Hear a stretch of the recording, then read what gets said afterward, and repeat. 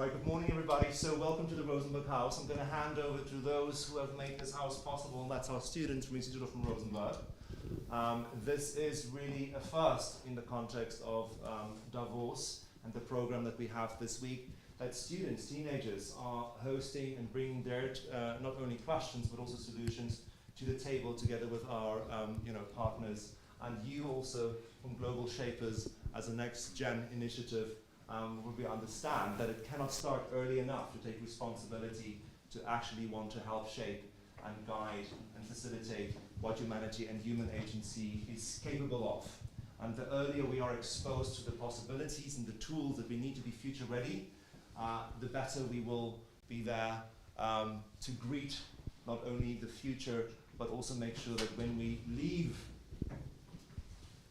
leave something behind that is sustainable and also regenerative and is responsible. So this week at Rosenberg House, we will have a variety of topics. So the students will be running many different sessions. Many of the big players in town have about 6, 8, 9, 10 sessions at the most. The Rosenberg House is hosting close to 30 odd programs with over 80 guests. And 78 students coming in and out from St. Gallen. So thank you very much for being here. We know it's snug, but it's on purpose because we want the Rosenberg House Davos to feel like somebody's salon.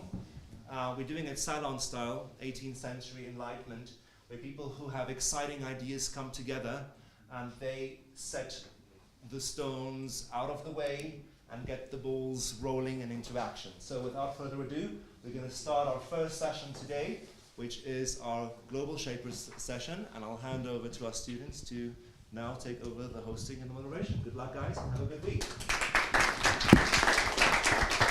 Well, welcome.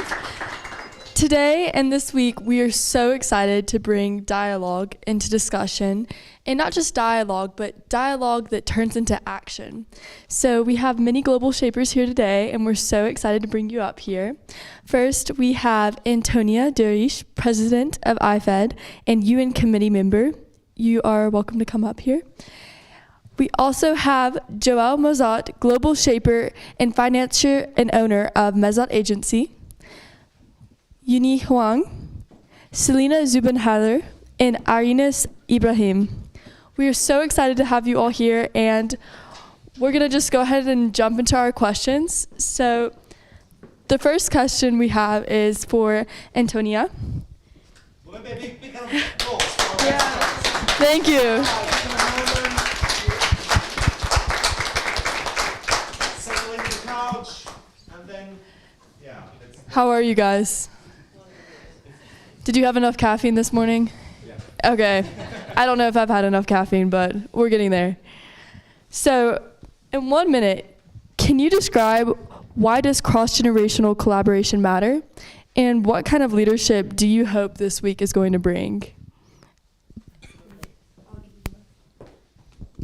Thank you so much for having us here today. It's a real honor. All right, it's a tough question, but to be honest, I believe you are our future. I mean, I'm soon turning 30, so I'm old, right? But you guys, you are our future, and I think it's so important that you don't do this alone. I think it's important that we all together, it doesn't matter which age we have, collaborate, exchange ideas, that you tell us what your world looks like, and then also the older generations, 70 plus, can teach us something, right? So therefore we need to have the dialogue, and therefore I think it's so important that we are here today, that we are having this discussion, and thank you for inviting us. It will be really interesting actually for me to learn from you guys today, and to take something away into the world, and to see how we can make something bigger out of this discussion today. That's okay, keep that mic so the moderators and then you guys. Yeah, there we go. Sorry, Joel, could I ask you one question? Yes. So I think it's pretty safe to say that a panel being moderated or hosted by teenagers is a new thing here at Davos, which brings me to my question. What's one bridge that you wish to build or establish between the youth projects and real-life resources, such as capital, partners, platforms? How would you answer it? That's a very good question. Thank you for asking.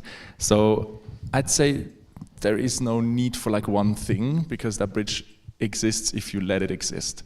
Because you can always go up to mentors and people that are further than you are and just ask them. Everyone's always excited to just share their ideas. And if they're truly successful, they don't want you to not succeed. So if someone is successful, they will give you access, resources, capital partners, and introduce you to the right parties without you having to do anything in specific but asking. So the initiative is on our side, yeah? Absolutely, and it's the only thing. And I don't have expectations. I didn't bring any expectations for WEF. It's also my first WEF ever, so I'm really excited and also very happy to be here. And yeah, I'm letting myself be surprised. So Uni, I had a couple questions for you. Do you mind if I ask you them? Of course. So the first question is, what are you here to learn at Davos today, and what are you here to build, and how's that going to help our generation? So, like Joel, this is my very first World Economic Forum, and here this week I'm trying to learn about how our world is functioning at the moment and where it's going in the future. And through that, gaining experience to be able to build a future where our generation are more active to change the world in a world that we wanted and achieve a more equal world. Of course, thank you so much. Selena, my question is for you. So if you could name just one system that you want to redesign, may it be education, tech, climate, identity, diplomacy, what would it be and why? So for me, definitely education is one topic I'm also very passionate about. I feel as well the young people are the future, so it's very important. I mean, in Switzerland we already have great education, of course, but there's always things we can improve as well. I feel like specifically gaining more experience, being open, similar to what Joel said as well, really fostering these mentorships and these experiences, especially because in the future we need so much adaptability. Thank you. Let's move on to Ariane. So, since we're talking about impact, what do you think would make this week a success? Like one clear outcome you could tell us. Absolutely, very good question. Thank you. I think what we have to care about is coming up with concrete ideas, not just keep it with the talking, because yeah, it's my first time, of course. I can't judge by anything, but let's say the most valuable or the most important at WEF is really to have the opportunity to come up to people with maybe influence or people decision makers with concrete ideas and to generate impact, because otherwise when it stays to the talking, let's say it's not the let's say the perfect situation to generate impact. So we stick to the practicality of it. Absolutely, absolutely. Thank you. So talking about impact, Antonio, we have you another question. What is one principle you want to see in the Youth Manifesto that will bring impact to institutions, and how do you see that going in the future?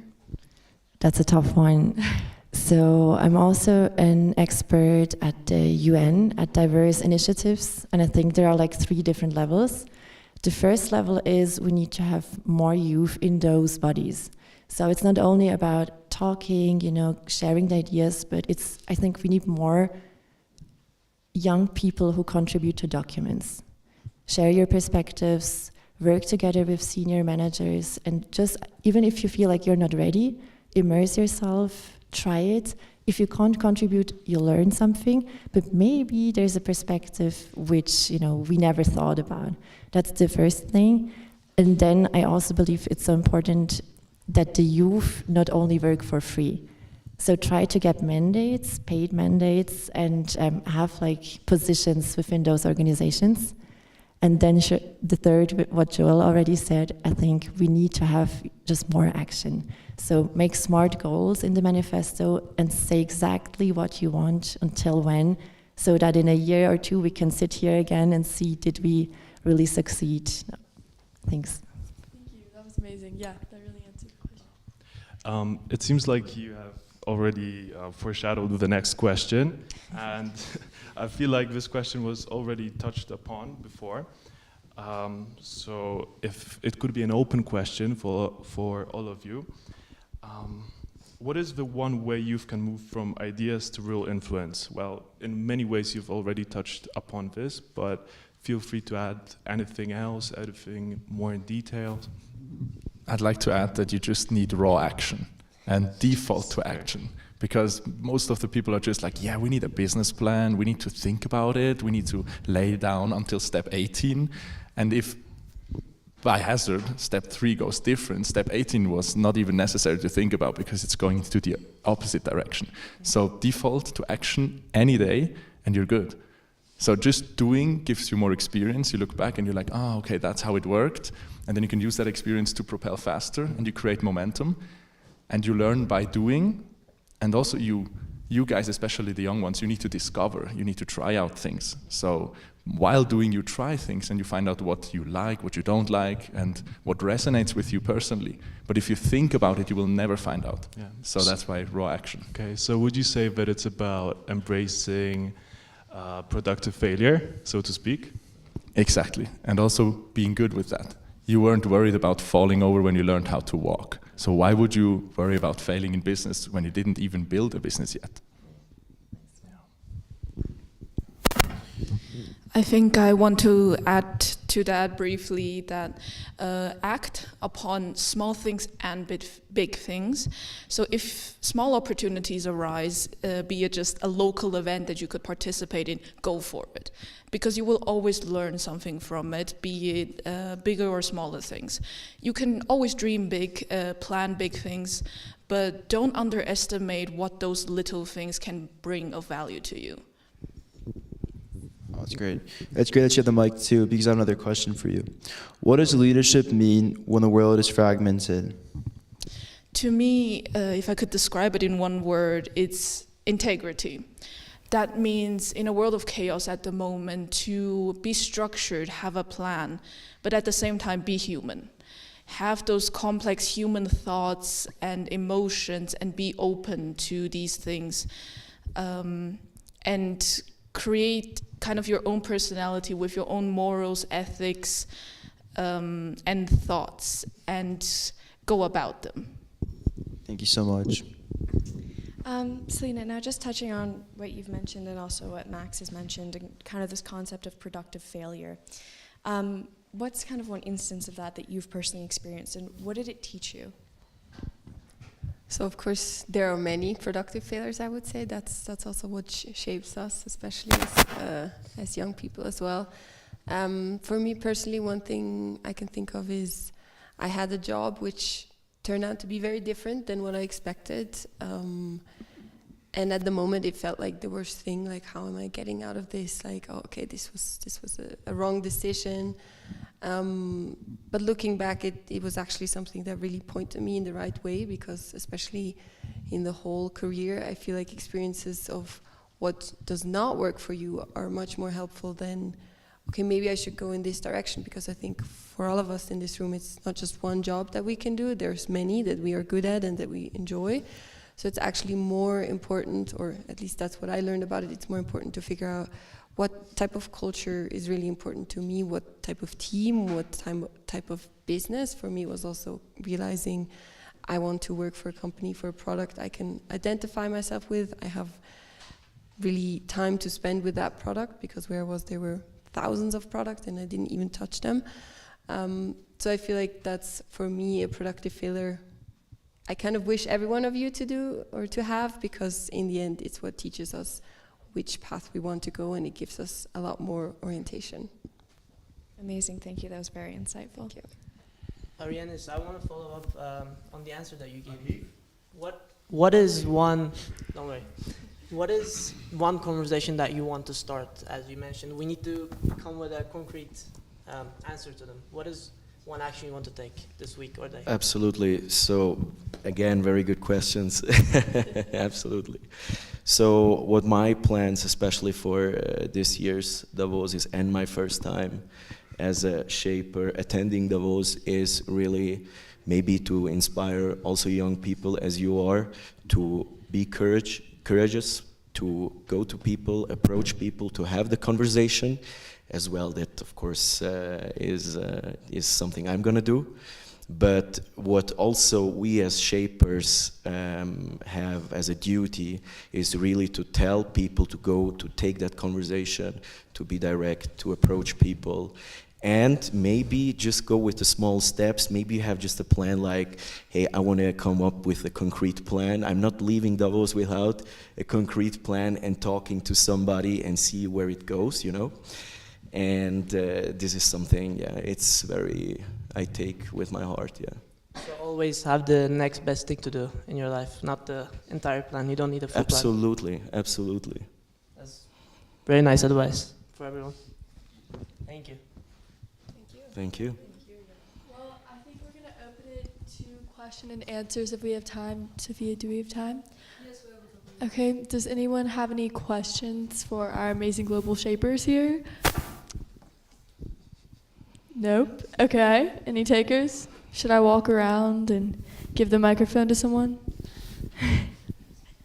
Well, oh, we do have one. Okay, very nice. If you would just be willing to introduce yourself.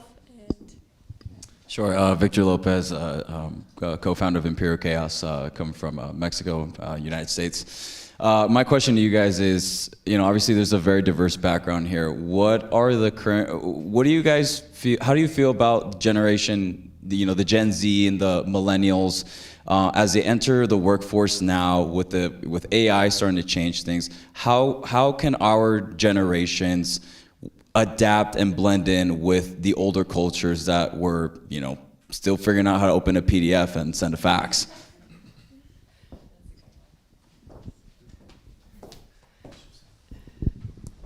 So I have a quick thought. For the first time in history, you are the C-level. So you know how to open a PDF, you know how to do all that stuff, and I'm sure you have already played around with AI and the new technologies. So be bold and go to the older generation and offer your services, your help, team with them up, because we at IFET, we have an intergenerational team. The oldest minister is like 74 years old, the youngest is under 30, so it's a huge gap, and you can flourish together if with your know-how of the new technology and the old traditional way of doing business. If you come together, you're unstoppable. Yeah, exactly. Could I also follow up with another question?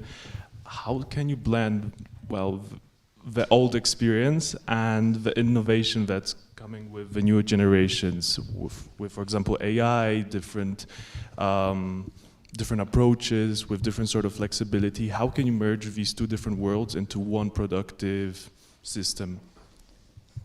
Is it an open question? Yeah, please feel free to answer. So I have, if you don't...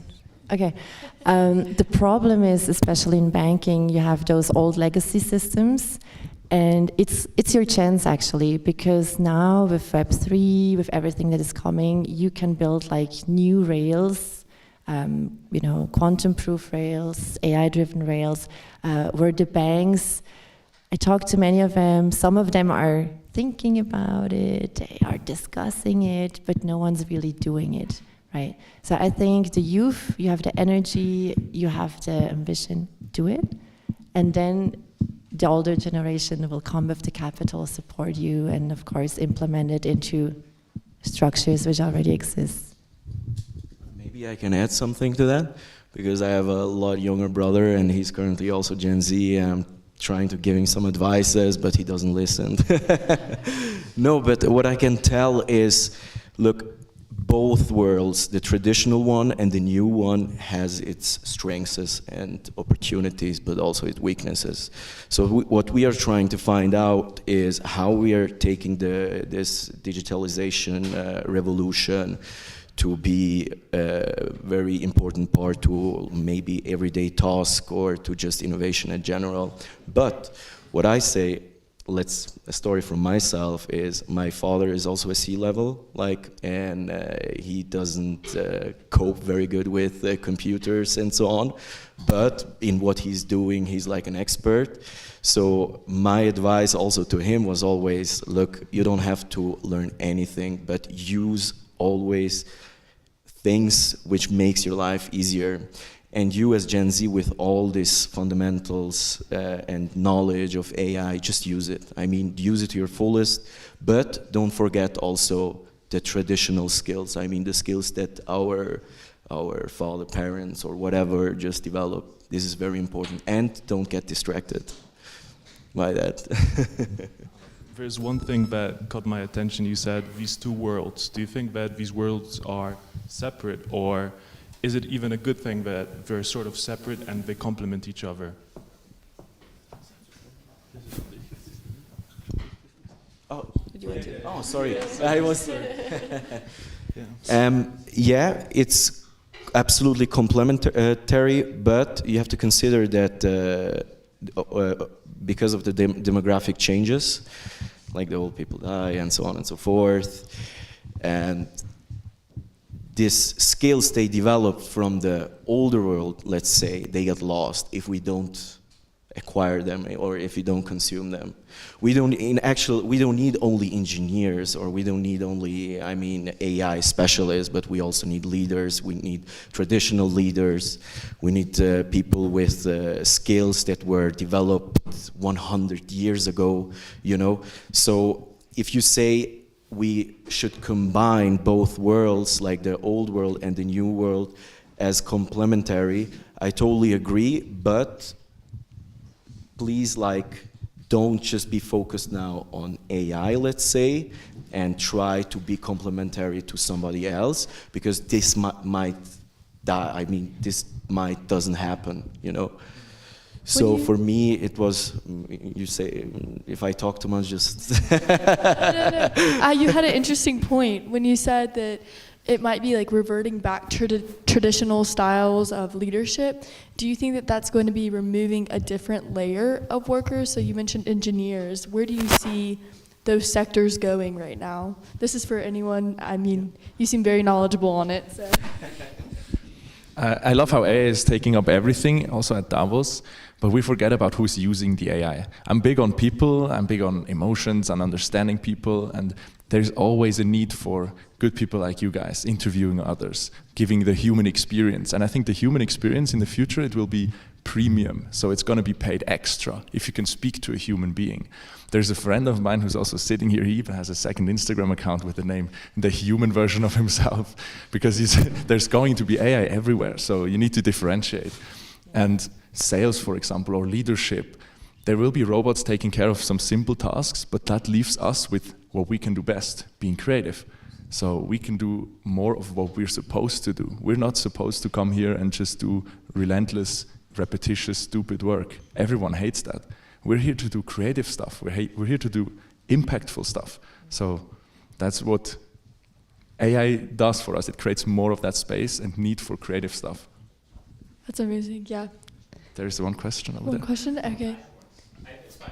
You good? Okay. I have a question since we spoke about generations. Now, Generation Alpha, 2010, 2020, they don't know anything else but AI. They don't know anything else but blockchain. So open question, maybe from both generations. Where do you see challenges? Where do you see opportunities? Das bist du. How is it going with Gen Alpha? So I got handed the microphone because I'm the oldest. Thank you. I was born before Google. That sounds terrible. No, you in don't the look past like it. century. No, but I think I'm very surprised myself by your generation, because I realized you're so fundamentally different. And even though we maybe only have like 10 years of difference, I don't know anything about you. And if you take something, please teach us all, who are you? What do you need? How do you work? What do you do in your free time? Because I feel as a leader, it's so hard to connect with the young people when you're not in their spaces. You move in the business world where mostly the average age is like around 60, 50. That's like the normal round. So if your generation could do one thing for my generation, it is please teach me, who are you? And speak about it and be very open about it. And on social media, in your like circles, just teach us. Is that, I don't know. Telling the Rosenberg students to teach. Absolutely. I think we can learn so much from you. And we can learn. Right. Yeah, we can learn a lot from you too. I feel like it's a collaboration, and that's something that we're trying to do at Rosenberg currently is I started a program actually, Rosebuds, where older students are paired with younger students, and we collaborate and teach each other. They teach us a lot, and we teach them, but I feel like we're missing that with adults and youth also, in that it can be applicable to many situations, and that we used to have it with like apprenticeship and all these things, and that's just gone, and we don't have that anymore. So bringing that back and that need for that, that really resonated with me. Yes. I think I want to add something very important here. In age of social media, we've become increasingly antisocial, and that's what connects the generations, the speaking with each other, listening to our grandmas and grandpas, if we still have some, our parents. One day we will miss listening to them. So profit from the moment, memento mori. Remember that we're all going to die. So make sure to socialize with the people and give to the next one, and also get from the generations above. That's how we make sure that knowledge transition also works. And yeah, the tech people, that's a crazy generation. I know what you mean. And also like, how is this going to work? But with AI and everything, if we don't lose the social touch, the touch with ourselves, and stop comparing each other on social media and just be ourselves, live with our hearts open and care for each other, be respectful, I think this can all work out very well. Thank you so much. That was really insightful discussion. If you have any questions for me later, feel free to catch me. I'm happy to explain to you all of what I do in my free time. But unfortunately, I think we're out of time. So thank you so much. Can we have a little bit of a round of applause? Thank you. Thank you so much.